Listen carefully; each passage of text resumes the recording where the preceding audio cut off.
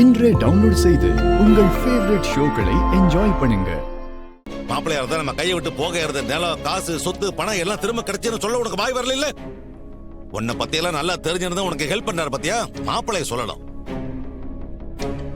ஊர் ஜனங்க நகையெல்லாம் திருடிட்டு திருட்டு பசங்க ஓடி போயிட்டானுங்க.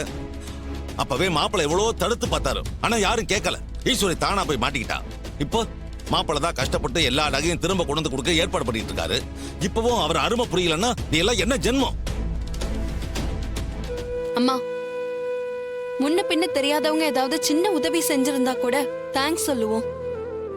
ஆனா ரேவதியோட வீட்டுக்காரு நம்ம குடும்பத்துக்காக எவ்வளவோ செஞ்சிருக்காரு.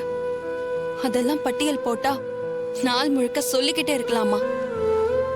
நான் உயிருக்கு போராடிட்டு இருந்தப்பவும் பிளட்டுக்கு ஏற்பாடு செஞ்சு காப்பாத்தினாரு. உங்களை கூட 2-3 தடவை காப்பாத்திருக்காரு. லேபர்ஸ்க்கு போனஸ் கொடுக்கறதுல பிரச்சனை வந்தப்போ அவர் தாமா தன்னோட சொத்தை அடமானம் வச்சு பணம் ஏற்பாடு பண்ணாரு. அவர் வீட்டை விட்டு போன சமயத்துல நடுராத்திரியில நம்மள குடும்பத்தோட கொல்ல பார்த்தாங்கம்மா. அப்பவும் அவர் தானமா நம்மள வந்து காப்பாத்தினாரு.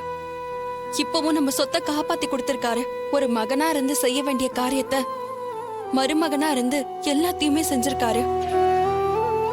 அவருக்கு நம்ம காட்டுற நன்றி கடன் இதுதானாமா?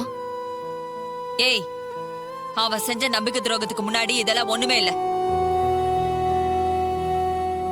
அக்கா, வழக்கம் போல உனக்கு நல்லது பண்ற மாதிரி நடிச்சு உன்னை ஏமாத்த பாக்குறான். நீ ஏமாந்துராதக்கா. சந்திரா, இன்னும் ஒரு வார்த்தை பேசுற நடக்கிறதே வேற. மாப்பிள்ளை என்ன பண்ணாலும் அதை குறை சொல்லிட்டு இருப்பியா? உங்ககிட்ட எல்லாம் பேசுறது மட்டும் இல்ல, உன்னை பாக்குறதே பாவம். அம்மா, அவர் நம்ம குடும்பத்தை காக்க வந்த காவல் தெய்வம். அது உங்களுக்கும் தெரியும். ஆனா வெளியில சொல்ல உங்க ஈகோ தடுக்குது.